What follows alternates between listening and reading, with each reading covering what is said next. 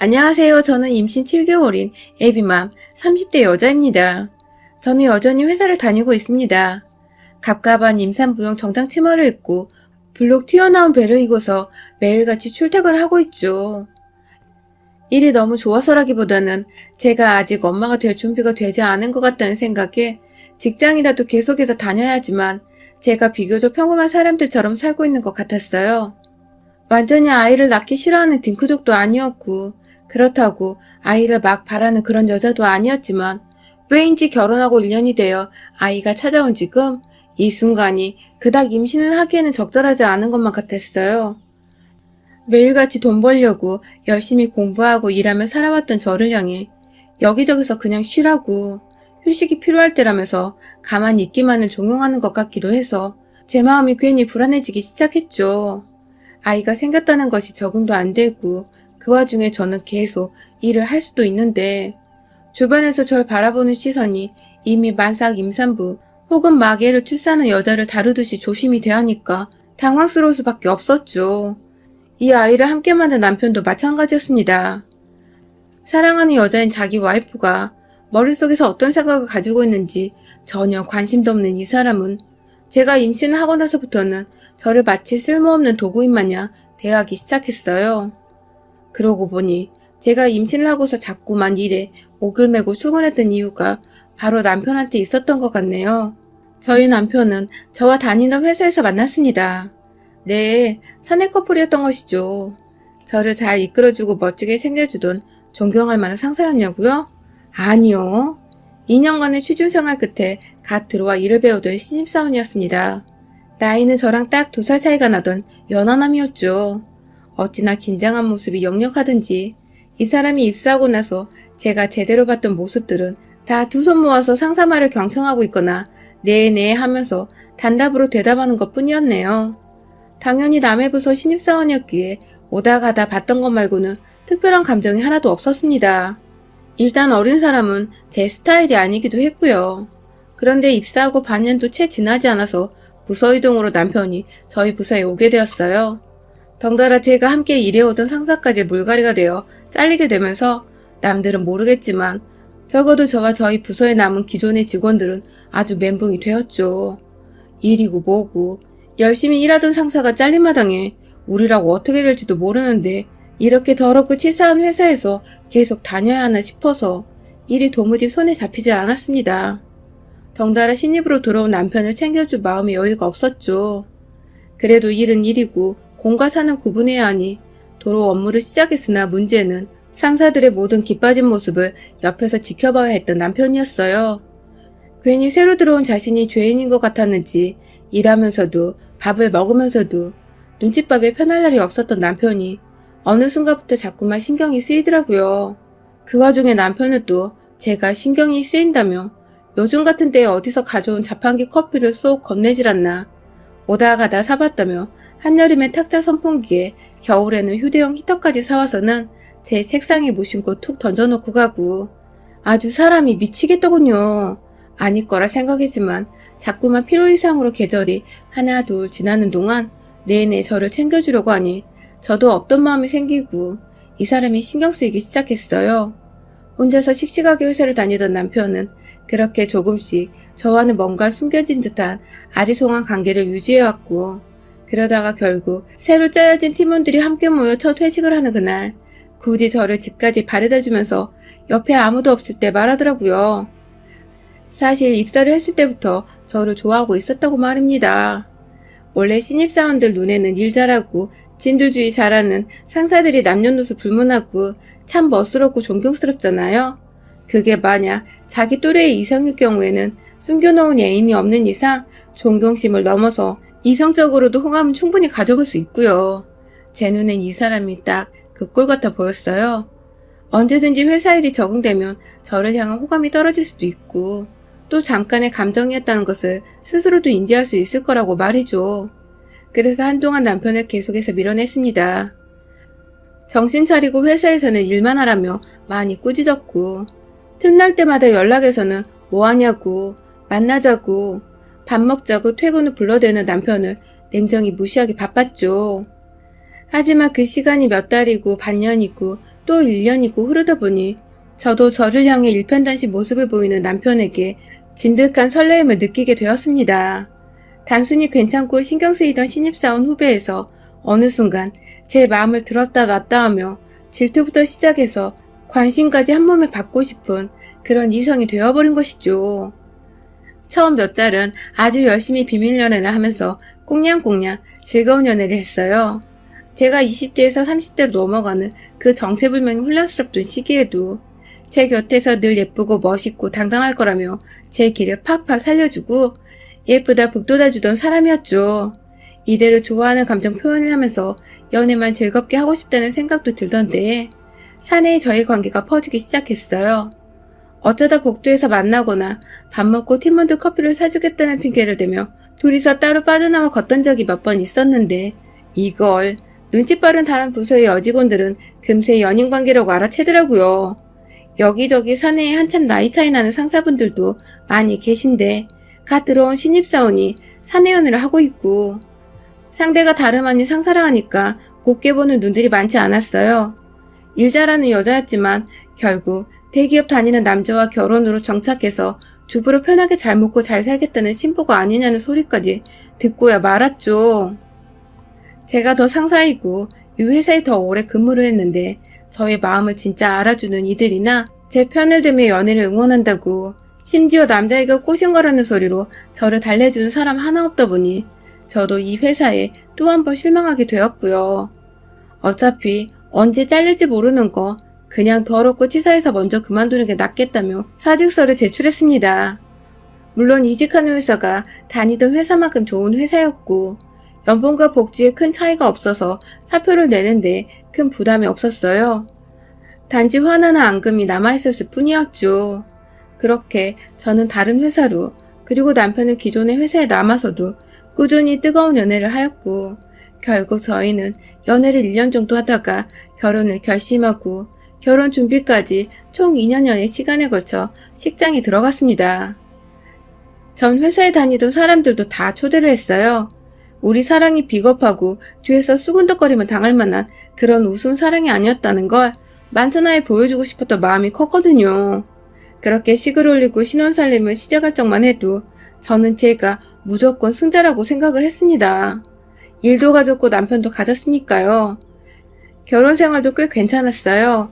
둘 다 벌이가 좋으니까 달마다 저축을 하는 금액도 괜찮았고 이대로 돈 관리만 잘하면 앞으로 우리가 살아가는 데 있어서 경제적인 불편함은 없을 거라고 생각을 했어요. 아이를 당장 가지고 싶지는 않지만 조금 더 여유있게 돈을 모아서 차근차근 준비를 하고 싶었어요. 그래서 남편과도 충분히 이 얘기를 나눴고 그에 대한 동의를 얻었죠. 아직은 둘이서 신혼을 더 즐기자고 말입니다. 그런데 뭔가 신혼을 즐기고 있긴 한데 그 방향이 엉뚱한 방향으로 흘러갔습니다.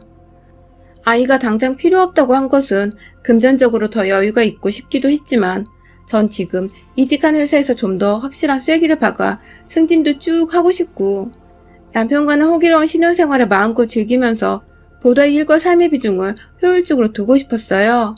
그렇기 때문에 모든 게 딱 적당했던 그때 갑작스레 아이가 찾아오면 모든 게 엉망진창이 될 것이라고 생각이 되어 임신을 미루고 또 미룬 것이죠. 하지만 남편은 그런 제 마음을 충분히 이해했으면서 자주 아이 타령을 하며 제게 은연중 아이를 가지고 싶다는 소리를 꺼내곤 했고요. 그때마다 장난스레 넘기려 했지만 사실 제 마음도 많이 불편했습니다. 저 하나 때문에 왜인지 남편뿐만 아니라 시댁까지도 제 눈치를 살살 보고 있는 것 같았거든요. 말 못하는 눈치가 아니라 할 말 못할 말 다 던져가면서 눈치를 주는 것 말입니다. 저희 시어머니가 사람은 참 괜찮으신데 저희 부부 문제에 있어서는 오로지 남편의 말만 귀 기울이십니다.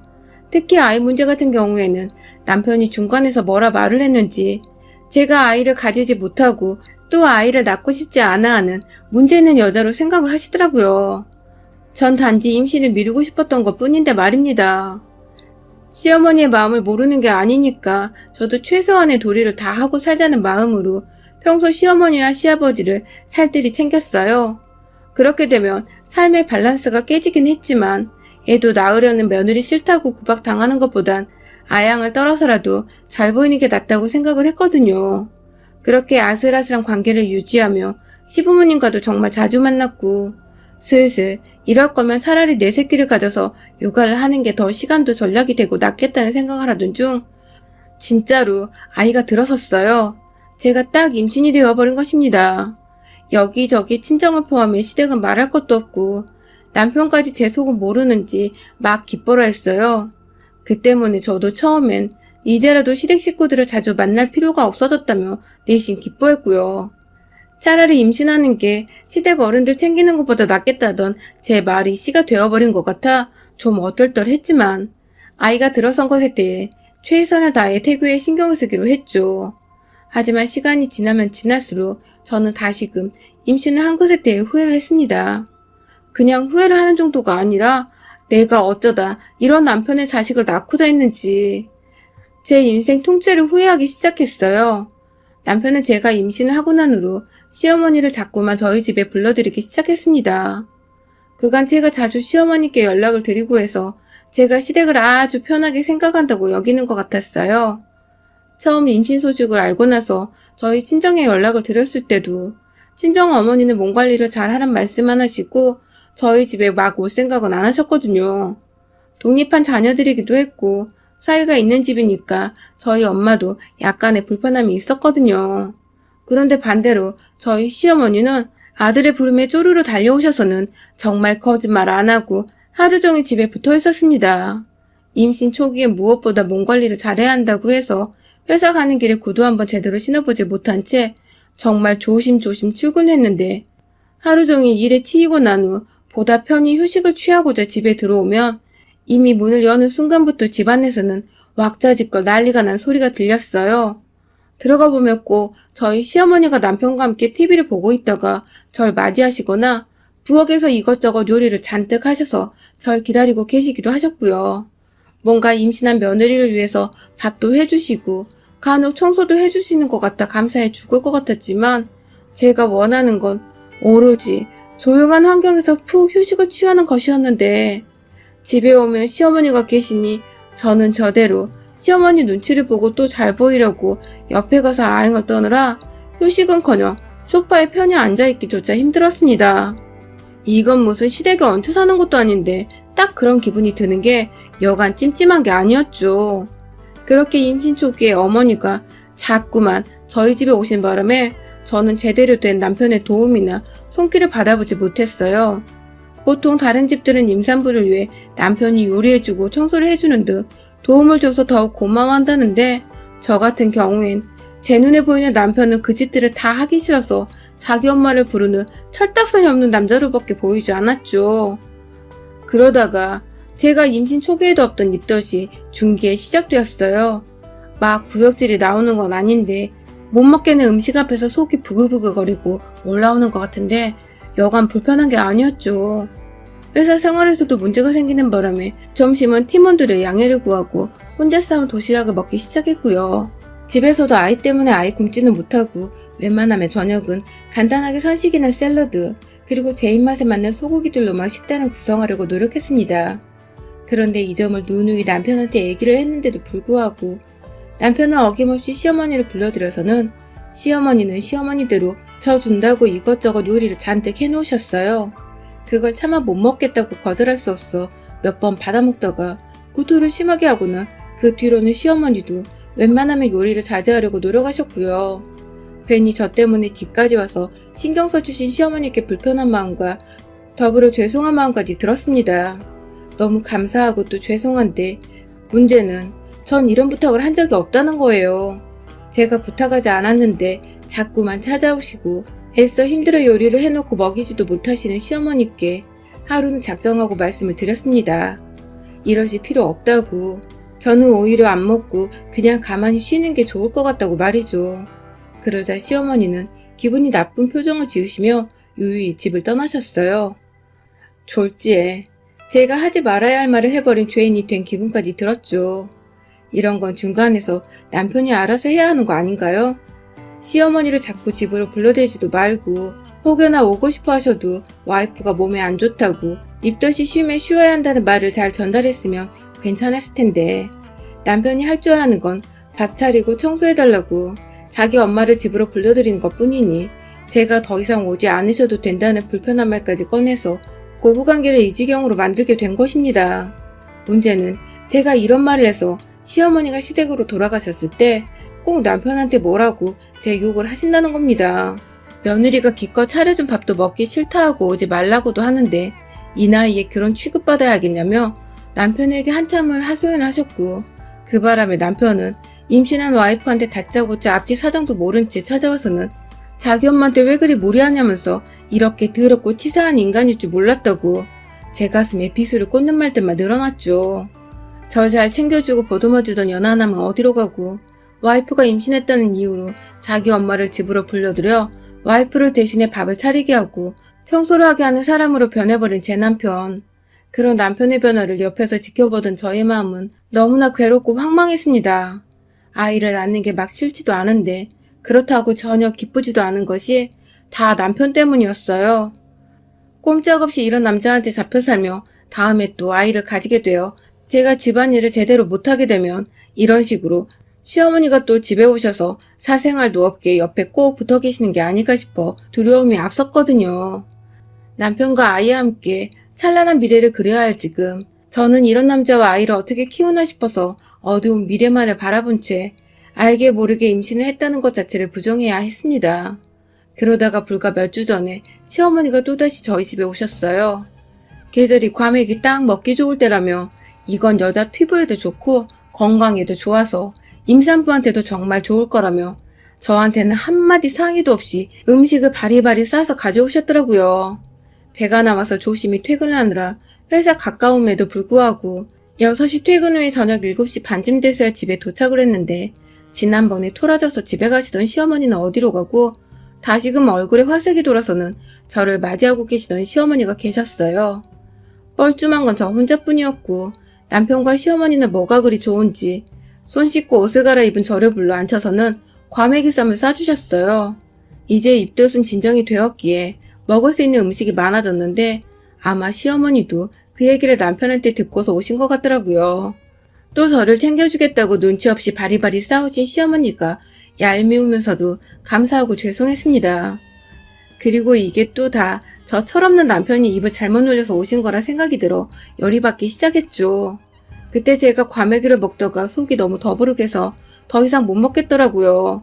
다음날 회사도 출근해야 하는데 회사에서 화장실 들락날락거리며 일하는 건 상상만 해도 불편하고 당장에 더부룩한 채 잠이 들 수도 없을 것 같아서 몇 점 먹고는 어머니께 A같이 양해를 구한 채 그만 먹었어요.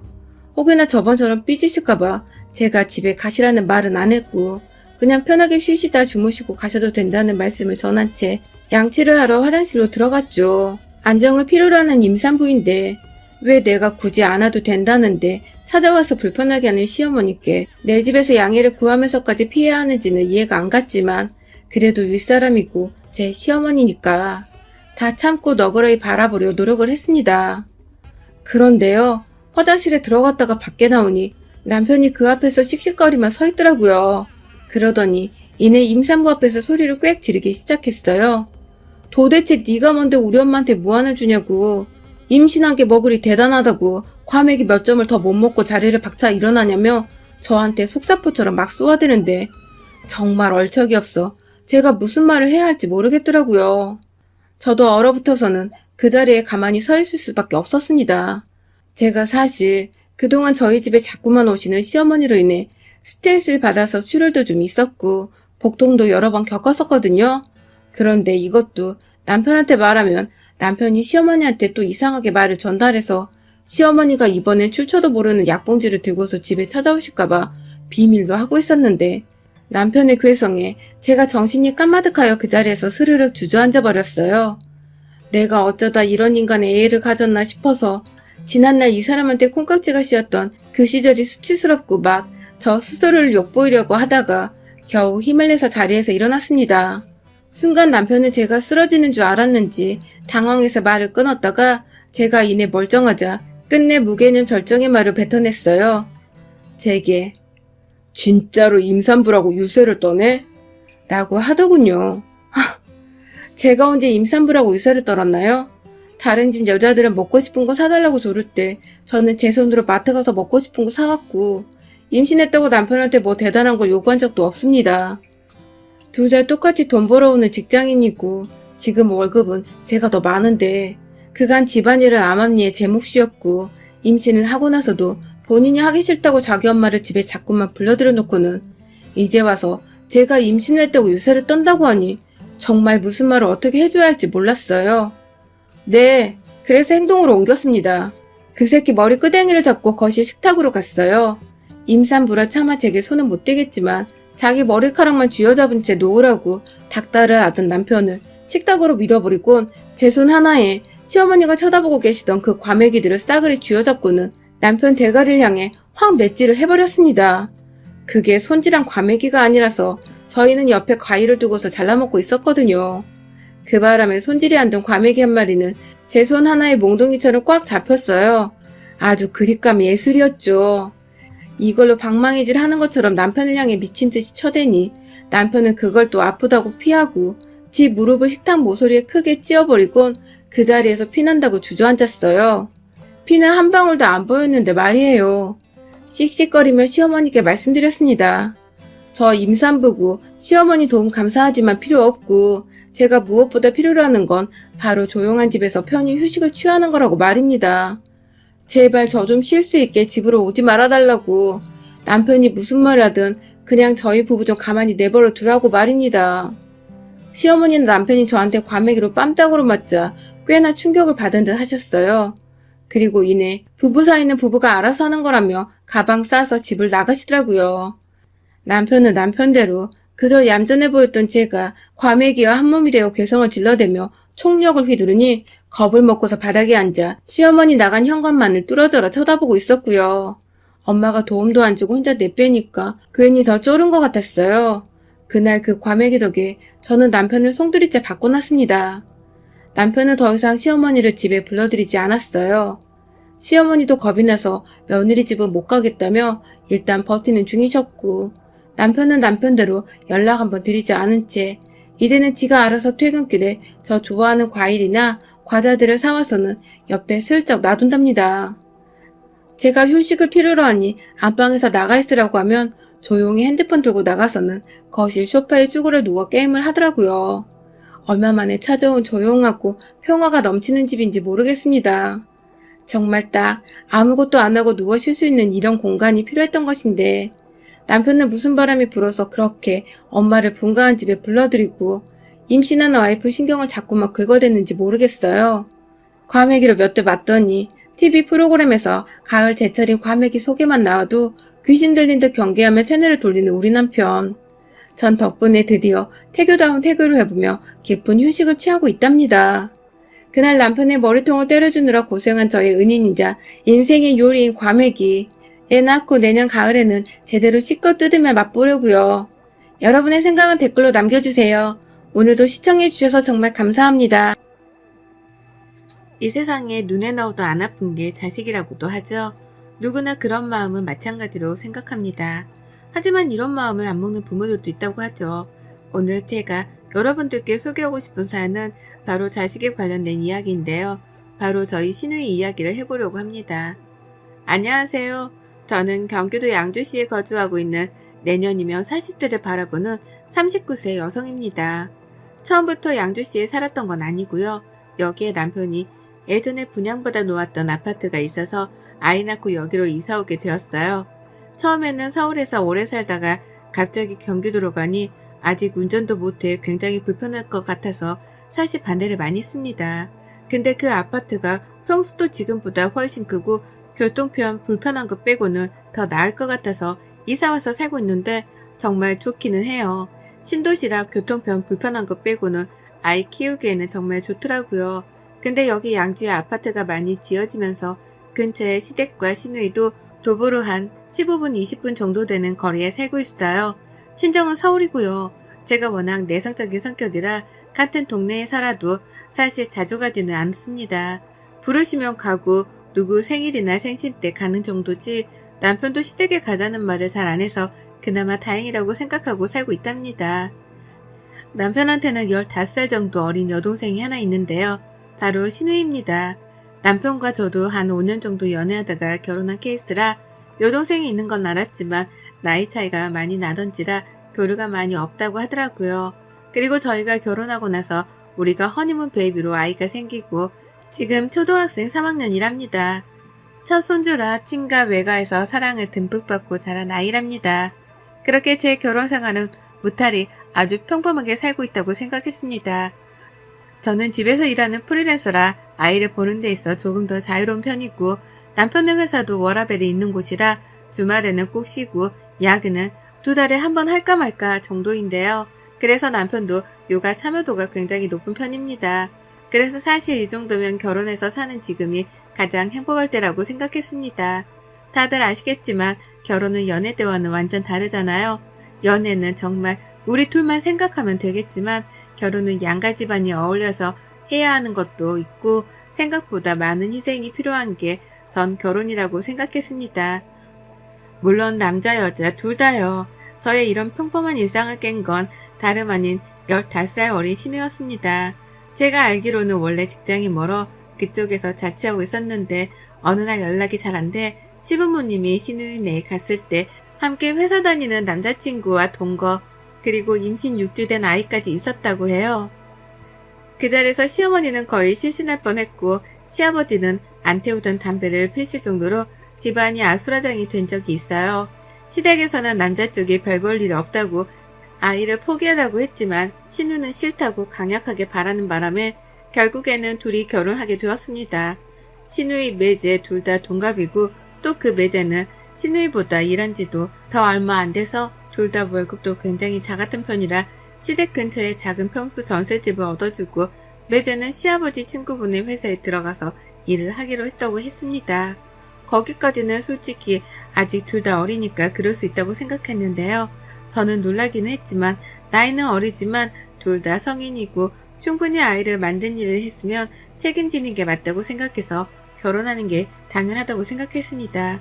그래서 신우이 출산할 때 아이용품 사는데 보태라고 현금이랑 정말 좋은 유모차도 선물해주고요. 조카 100일 때도 현금이랑 전동차까지 선물했습니다. 남편이 여동생이 아직 나이가 어려서 자기가 많이 그동안 못 챙겨준 것 같다고 결혼할 때 마음이 아프다고 결혼해서 잘 챙겨주고 싶다고 하길래 뭐 당연히 그러라고 했습니다. 저도 그렇게 주는 게 마음이 더 편하다고 생각하기도 했고요. 그런데 어느 날부터인가 신우이가 밖으로 겉돌기 시작했던 것 같습니다. 시어머니가 가까이 사니 아이를 맡겨두고 하루 종일 집에 들어오지도 않고 PC방에 가 있고 친구들 만나서 외박까지 하고 와서 매제랑 그것 때문에 엄청 싸우고 사내만에 했다고 할 정도였으니까요. 그때마다 시댁에서는 아직 애가 어려서 그런지 이해해달라 자기가 타야되겠다면서 매일같이 100일 된 아이를 봐주시더라고요. 제가 보는 게 아니니까 시어머니가 딸 손주 봐주는 건 뭐 상관없다고 생각했습니다.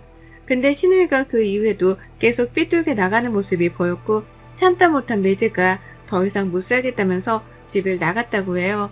그래서 네가 진짜 이렇게 애도 안 보고 자꾸만 나가서 겉돌 거면 찾지 말라고 하고 나갔다는데 신우이는 자기 남편이 나가는데도 알아서 하라고 하고 자기 노는 것만 중요하게 여기더라고요. 물론 아직 나이가 어리니까 놀고 싶은 마음 너무 이해합니다. 왜 이해하지 못하겠어요. 저도 그런 시절이 있었는걸요. 근데 이제는 엄마잖아요. 아직 아이가 많이 어린데 엄마 손길이 필요하잖아요.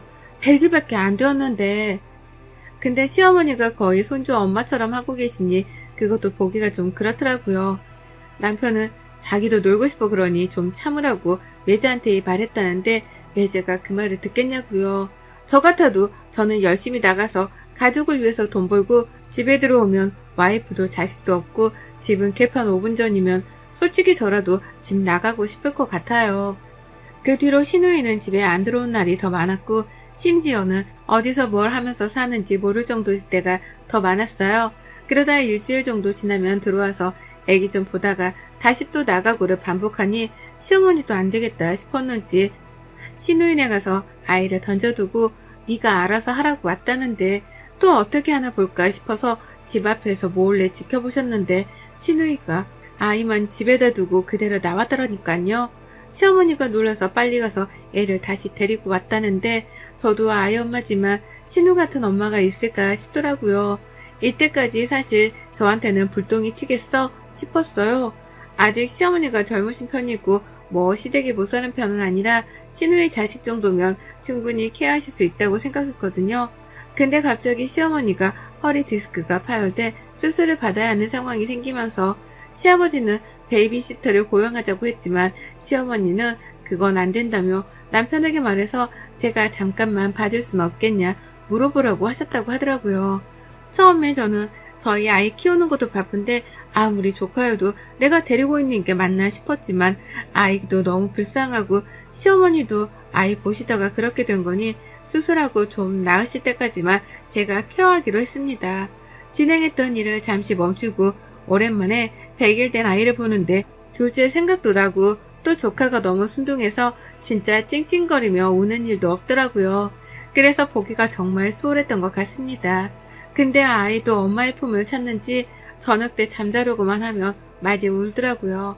잠투정하다가 잠이 한번 들면 잘 안 깨기는 하는데 자꾸만 져서 물려고 하는 건지 가슴 쪽으로 파고 들어오는데 마음이 짠하더라고요. 제가 정말 남의 일에 관여를 잘 안 하는 편인데 결혼하고 처음으로 아이 사진과 시누이에게 장문의 카톡을 보냈어요.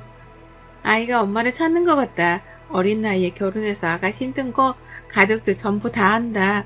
그래도 이렇게 집에도 안 들어오고 그러면 가족들도 다 걱정하고 어머님도 지금 허리 디스크 수술을 하셔야 할 정도다.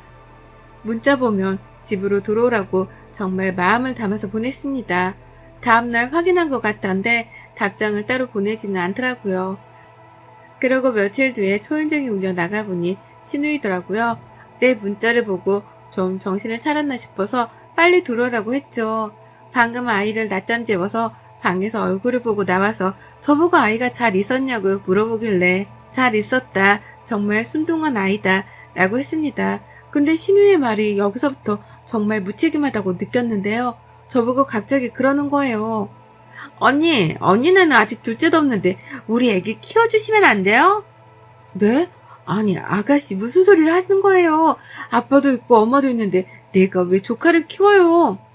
이제 더 이상 걔랑은 안 살 거고 저 새롭게 시작하고 싶어요. 여기서 새롭게 못 시작하면 제 나이가 너무 아깝잖아요. 근데 아이가 있으면 어떻게 제가 취업을 하고 다른 사람을 만나서 온전한 가정을 꾸리겠어요. 아가씨 그래도 그건 아니에요. 요새도 아이 있어도 다 좋은 사람 만날 수 있고 나중에 아가씨가 후회할 건 생각 안 해요? 이 아이가 정말 자기를 낳아준 엄마 아빠가 제가 아니라고 생각해봐요. 어떻겠어요 마음이. 평생 말 안 하면 되잖아요 언니가. 그건 하여튼 말이 안 되는 얘기고 그렇게 할 거면 나이 못 보니까 데리고 가요. 알았어요. 엄마 낳는 대로 다시 올게요. 하며 후다닥 나가더라고요. 그 이야기를 듣는데 신우이는 정말 진짜 모성애가 1도 없어 보였다고 해야 할까요? 어떤 거에 또 미쳐서 저러는지는 모르겠지만 자기 자식까지 팽개쳐두고 저러니까 정말 엄마의 자격도 없다는 생각이 들더군요. 또 그리고 조카가 괜히 불쌍해지고요. 하여튼 이렇게 확실히 이야기했으니 더 이상 이야기하지 않겠다 싶었고 시어머니에게도 수술 끝나는 대로 저도 일을 다시 복귀해야 하니까 빨리 데려가셔야 할 것 같다고 문자를 보내놓았습니다. 그날 저녁 남편에게 이 일을 다 말했고 남편은 신우이 만나서 진짜 한 소리 한다는 거를 겨우 말려서 다시 조카를 시어머니가 데려가는 걸로 했으니 그냥 알고만 있으라고 했죠. 그렇게 시어머니 허리 디스크 수술이 끝나고 더 이상 저희 집에 조카를 둘 수 없어 베이비시터랑 시어머니가 둘이 애를 본다고 하더라고요. 저는 그대로 이제 신우이도 정신 차리고 돌아올 줄 알았어요. 엄마라면 당연히 그래야 하는 거잖아요. 근데 신우이가 집에 있는 짐을 모조리 싸서 나갔다고 시어머니께 전해 들었어요. 정말 미쳤구나 싶었습니다. 모든 가족들이 매제한테도 연락하고 친구들한테도 연락해봐도 아무 곳에도 가지 않았다고 하니 걱정도 되었는데 시어머니한테 딱 한마디 맞대요. 엄마 미안해. 우리 애기 잘 키워줘. 성공해서 갈게. 라고요. 아니 이게 말이 됩니까? 무슨 성공을 자기 자식을 버리고 합디까. 어처구니가 없어 남편이랑 저랑 시댁이라 동시에 신우이한테 전화하는데 핸드폰 번호도 바꿔버렸더라고요. 이건 무슨 아이를 보육원에 맡기고 도망가는 꼴이잖아요. 그대로 어머님은 다시 디스크가 터져 먼저 누우시고 시아버지는 매일같이 술에 취하셔서 들어오시고 남편도 괴로워하고 베이비시터만 조카를 볼 수 없는 상황이라 어쩔 수 없이 다시 저희 집으로 데리고 왔습니다. 베이비시터도 시아버지가 같이 보내주셔서 제가 일하는 동안에는 시터 이모님이 봐주고 저녁에는 제가 보는 걸로 이렇게 조카를 키우기 시작했습니다. 처음에는 도대체 왜 이런 일이 일어날까? 나한테 왜 이런 일이 일어났을까? 싶더라고요. 근데 점점 커가는 아이의 모습을 보니 부모님을 선택해서 태어날 수 없는 아이가 무슨 잘못이 있겠냐 싶어서 조카를 저희 둘째로 저는 받아주기로 했습니다. 호적의 문제는 둘째치고 할머니, 할아버지 손에서 자라는 것보다 차라리 저랑 남편 손에서 자라는 아이가 더 낫다고 판단했습니다. 저는 정말 이성적인 사람이었는데 이번 일은 그럴 수가 없겠더라고요. 마음을 먹고 시댁에 가서 조카를 둘째로 입양해서 키우려고 한다. 입양은 거창한 말이고 그냥 저희 집에서 저희 아이랑 동생처럼 같이 키우고 싶다라고 하니 시아버지, 시어머니가 제 말을 듣고 우시더라고요. 그렇게 생각해줘서 고맙고 미안하다고요. 할머니, 할아버지 손에 자라서 나중에 자기 엄마 아빠는 누구야? 하는 것보다는 나을 것 같다고 내린 결론이었습니다. 그렇게 그 결론을 내고 사니 마음은 편안하더군요. 그렇게 아이가 커가는 모습을 보았고 100일이던 아이는 이제 3살이 되었네요. 저희 아들도 동생이라고 생각하고 많이 아껴주고 아직 어린애긴 하지만 저랑 남편한테 엄마 아빠라고도 말하니까 사실 이것만으로도 저는 되었다고 생각했습니다. 제가 조카를 키우게 되면서 시댁에서는 가지고 계시던 조그만 빌라를 제 명의로 해주셨고 한사코 됐다고 했지만 꼭 받아달라고 해 남편도 네가 받는 게 맞다고 해 거기서 나오는 월세를 받고 있습니다.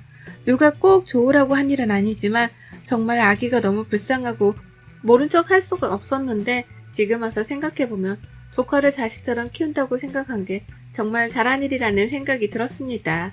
그렇게 다시 평온했던 저의 일상에 이번에 신우이가 나타났네요. 그것도 2년 만에요.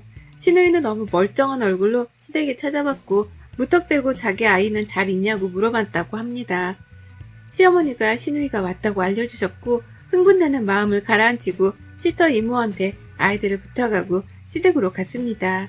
신우이는 저를 보더니 언니 잘 지냈냐면서 언니 선물도 사왔다고 웃으며 말을 하는데 정말 귀싸대기를 한 대 날려주고 싶었습니다. 그러면서 자기 아이는 어디 있냐고 얼마나 컸냐고 너무 보고 싶었다고 해서 제가 한마디 해줬습니다.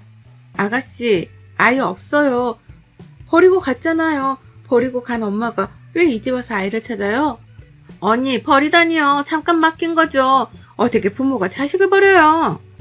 그건 버린 거죠. 문자 하나 남겨두고 짐 싸서 나간 걸 버린 거라고 해요. 언니 그만하고 우리 아이 어딨어요? 라고 물어보길래 시어머니가 안 되겠다 싶어서 입양 보냈어 라고 하시더라고요. 저도 그렇게 말씀하실 줄은 몰라서 아무 말 안 하고 잠자고 있었더니 갑자기 신우이가 소리를 지르면서 그게 무슨 말이냐면서 엄마가 있는데 왜 입양을 보내냐고 엄마가 사람이냐면서 쌩 난리를 치는데 보다 못해 시어머니가 있는 앞에서 제가 신우이 뺨을 정말 세게 고개가 돌아갈 정도로 쳤습니다. 거기 있는 사람들이 다 놀랐고 자식 버린 어미가 무슨 낯짝이 두꺼워서 이딴 행동을 해?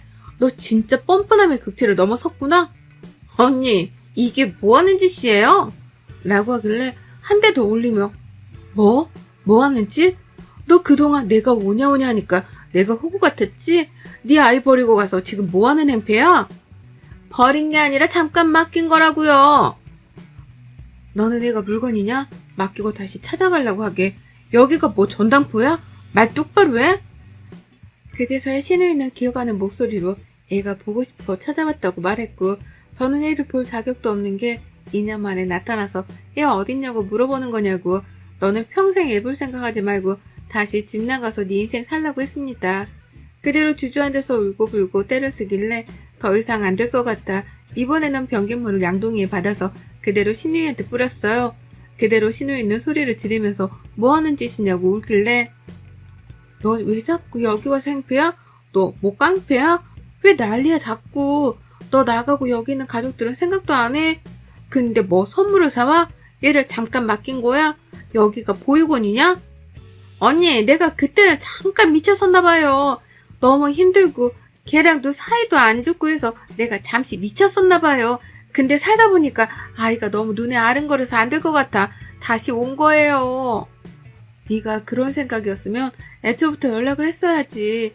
번호 다 바꾸고 그 생초를 떨고 이제 와서 네 애 어디냐고 행패 부리는 게 지금 맞아? 라고 말을 했고 신우이는 그 뒤로 묵묵부답이라 우선 시어머니가 씻고 나오라고 욕실로 가고 저는 시어머니에게 다시 오겠다고 하고 집으로 왔습니다. 지금까지 키운 아이를 다시 보내야 하는 게 맞는 건지 내가 키우는 게 맞는 건지 도통 모르겠더라고요. 남편도 이 소식을 듣고 부랴부랴 달려왔고 우선 신우이랑 이야기를 해본다고 시댁으로 가더라고요. 이야기를 하고 남편이 아이는 한번 보여주자고 하길래 누가 키우던 아이가 잘 자란 거는 보여주자고 네가 얼마나 잘 키웠는지 보여주자고 하길래 그 다음날 아이를 데리고 시댁으로 갔습니다. 그렇게 누워만 있던 아이가 이제는 걸어다니면서 웃는 모습을 보니 신우이는 아이를 더 이상 보지 못하고 방에 들어가서 울기만 하더라고요. 그렇게 그날이 가고 그 다음날 신우이가 따로 만나고 싶다고 찾아왔습니다. 나간 자리에서 신우이는 저에게 펑펑 울며 정말 미안하다고 용서해달라고 빌었습니다. 자기가 정말 미쳤었다며 그러면 안 됐었지만 그때는 아이가 너무 믿고 내 인생을 망가뜨린 것 같았는데 살면서 그게 아니었다며 늘 마음속에 아이가 태어난 사진 한 장을 품에 안고 살았다고요. 그래서 제가 어떻게 하고 싶냐고 물어보니 아이를 자기가 키우고 싶지만 이렇게 잘 커준 아이를 보니 자기가 그만큼 잘 키울 수 없을 것 같아 그냥 다시 있던 대로 가겠다고 말하더라고요. 그렇게 하라고 하고 저는 먼저 나왔습니다. 그 말을 들으면서도 마음이 불편했던 저는 어떻게 하는 게 맞는 건지 도무지 결론이 서지 않았고 그렇게 꼬박 밤을 지새우고 내린 결정은 이거였습니다. 아이를 다시 엄마한테 돌려보내는 일, 딱 이거였습니다. 제가 우리 자식이라고 생각하고 키우자고 마음먹었지만 그래도 아가씨가 친엄마고 이제 준비가 되었다면 당연히 부모한테 가는 게 맞다고 생각했거든요. 그렇게 저는 2년을 내 자식처럼 키운 아이를 다시 신우에게 아이가 좋아하는 장난감, 옷 이런 걸 다 건네주었습니다. 보내면서 한참 울었네요. 신우이는 자기는 자신이 없다고 했지만 그래도 지금까지 못했던 것들을 꼭 해주고 싶다고 말하길래 지켜보겠다고 했어요. 그렇게 저희는 4식구에서 3식구가 되었고 저희 첫째가 가장 슬퍼했어요. 저 다음으로요. 신우이는 지금 아이를 키우면서 시어머니의 도움 없이 키워보겠다고 해 혼자서 아이 어린이집 가 있을 때는 일하고 오후에는 아이와 시간을 보내는 것 같더라고요. 지금은 둘의 시간이 더 필요할 것 같아 저도 신우이한테 연락을 안 했습니다. 아이를 보내고 한 2주 정도 후에 외출했다 돌아왔는데 저희 집 앞에 큰 소프박스가 있어 집에 와서 뜯어보니 신우이의 편지였습니다. 아이가 밤에 언니가 들려주는 자장가를 흥얼거리는 것 같아 많이 울었다고요.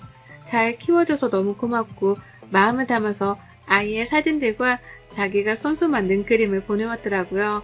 처음에는 저한테 벌어진 일이 너무나도 감당하기 힘들었지만 그 일이 있는 동안 많이 성숙해졌다는 걸 느끼기도 하네요. 그리고 신우이가 저 때문에 많이 철들었다고 시부모님이 늘 고맙다고 하시니 이걸로 되었다고 생각이 돼서 가족들 모두 잠든 밤 저 혼자 좋아하는 맥주를 마시며 사연을 보내봅니다. 사연을 봐주시는 모든 분들께 감사 인사 전하며 가정의 행복이 늘 있기를 기도하고 기도합니다. 여러분의 생각은 댓글로 남겨주세요. 오늘도 시청해 주셔서 정말 감사합니다.